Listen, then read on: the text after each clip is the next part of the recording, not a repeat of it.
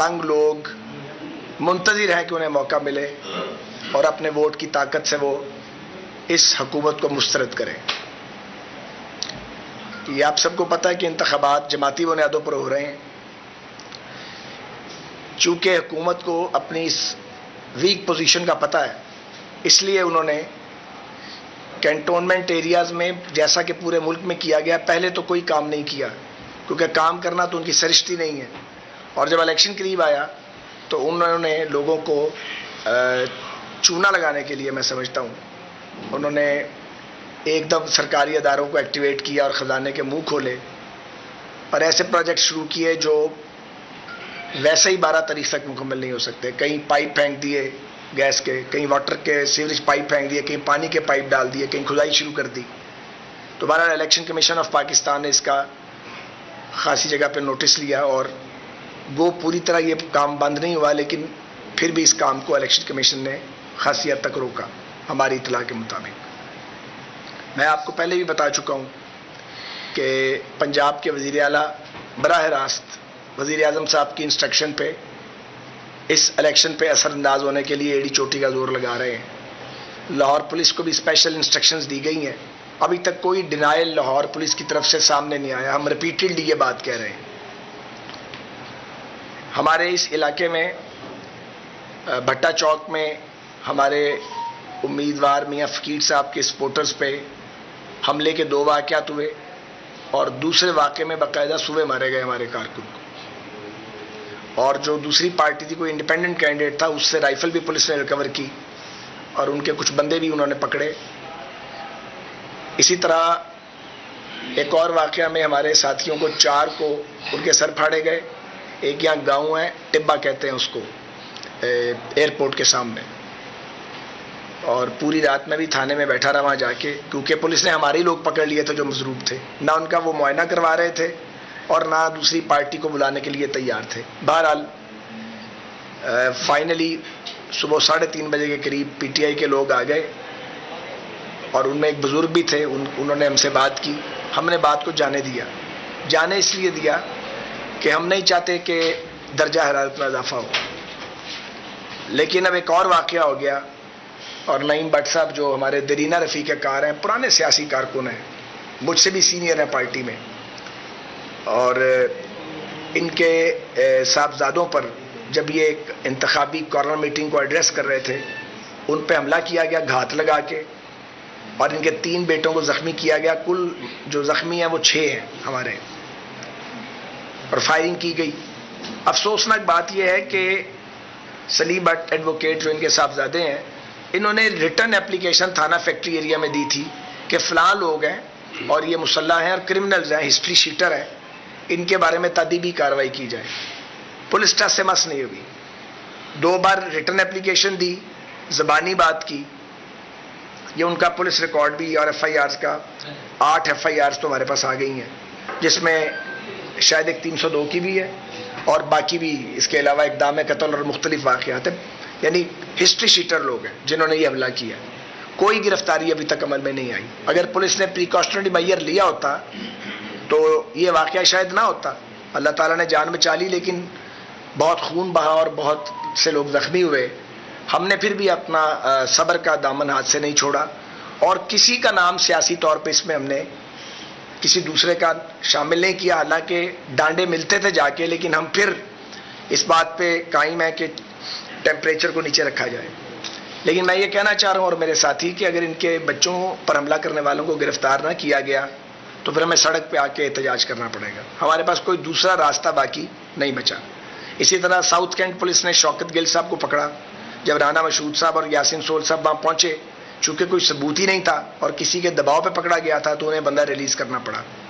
تو ایک تو میں اسٹریٹ میں کہنا چاہ رہا ہوں پنجاب کے چیف منسٹر صاحب کو بھی، اور پنجاب پولیس کے نئے سربراہ آ گئے ہیں، وہ بھی اس پہ غور فرمائیں، اور لاہور پولیس کے سربراہ بھی مہربانی کر کے اپنے آپ کو روکیں اور غیر قانونی کاموں میں ملوث نہ کیا جائے. لاہور پولیس کو، پولیس کے افسران کو مجبور نہ کیا جائے. پی ٹی آئی کے ایک سینیٹر ہیں جو آج کل یہاں پہ دندنا رہے ہیں، تو میں انہیں بہت اچھی طرح جانتا ہوں، وہ بھی مجھے بہت اچھی طرح جانتے ہیں. تو یہ کام ان سے ہونے ان کا کام نہیں ہے, ان کے بس کا روگ نہیں ہے, کام ان سے ہوگا نہیں جو کام کرنے کی کوشش کر رہے ہیں. مار دھاڑ, اب یہ عمر نہیں ہے, وہ عمر گزر گئی نہیں ہے, تو یہ مار دھاڑ سے گریز کریں تو ان کے لیے بہتر ہے. اور یہی مشورہ چیف منسٹر صاحب کو بھی ہے کہ وہ یہ کام نہ کریں. 3 سال انہوں نے گزاری لی ہیں, اس کو ٹائم کو گزرنے دیں, اور ایسی چھیڑخانی نہ کی جائے کہ لاہور جو ہے یہ فلیش پوائنٹ بن جائے. کیونکہ اگر ہمارے ساتھیوں کی پکڑ دھکڑ ہوئی, ہم بالکل باز نہیں آئیں گے. ہم روڈ پہ آئیں گے, پروٹیسٹ کریں گے, پکڑنا پکڑو, جو مرضی کرو, لیکن بالکل احتجاج کریں گے. یہ ہم نے سوچا ہوا ہے, ہماری پارٹی پالیسی ہے کہ اگر انہوں نے اب زیادتی کی تو اس کو برداشت نہیں کیا جائے گا. باقی جہاں تک ڈیولپمنٹ کی بات ہے, لمبی چوڑی باتیں چھوڑیں. میں آپ سے درخواست کروں گا اس پریس کانفرنس کے بعد, یہ سامنے والٹن روڈ ہے, ذرا آپ تھوڑا سا اس طرف سے گزر جائیں اگر آپ گزر سکتے ہو.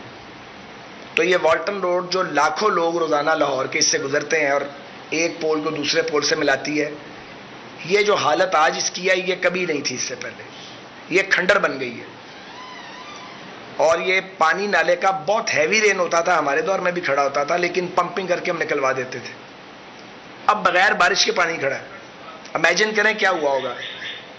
سڑکیں ٹوٹ رہی ہیں, انفراسٹرکچر ٹوٹ رہا ہے, کوڑے کے ڈھیر لگے ہوئے ہیں.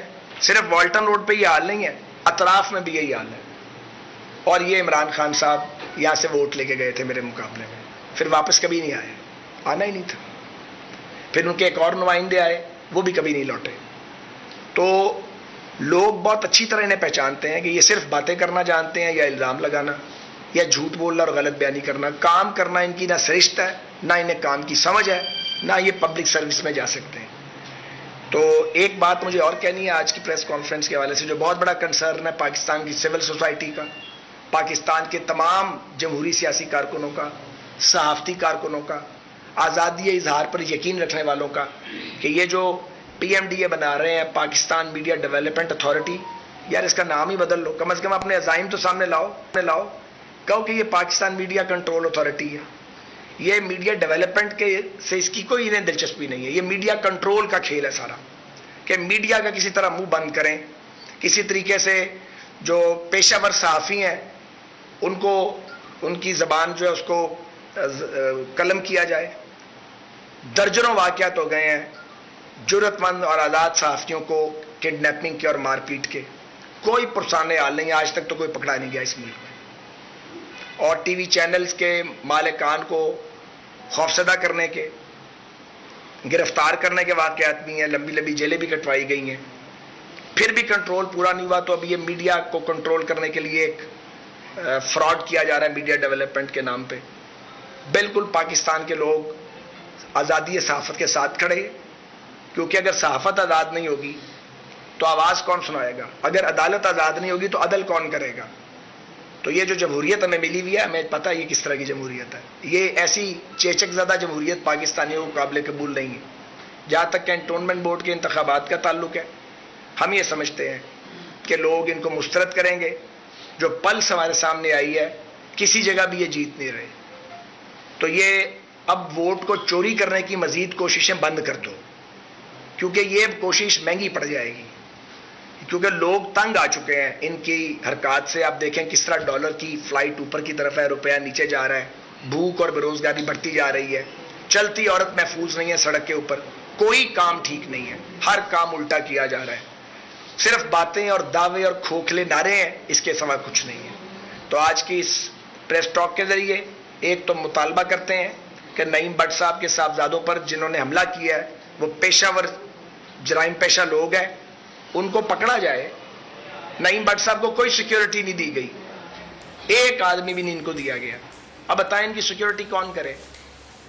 اگر ہم یہ سیکیورٹی کا ارینجمنٹ کریں گے تو آپ کو اعتراض ہو جائے گا. آپ کرنے کو تیار نہیں ہے. 3 بیٹے جس آدمی کے زخمی کر دیے جائیں, 5 دن بعد الیکشن ہو, تو وہ آدمی کیا کرے. مسلم لیگ نون کے رہنما خواجہ سعد رفیق لاہور میں میڈیا سے رہے ہیں. خبروں کے سلسلے کو آگے بڑھاتے ہیں. سول ایویشن اتھارٹی کی کراچی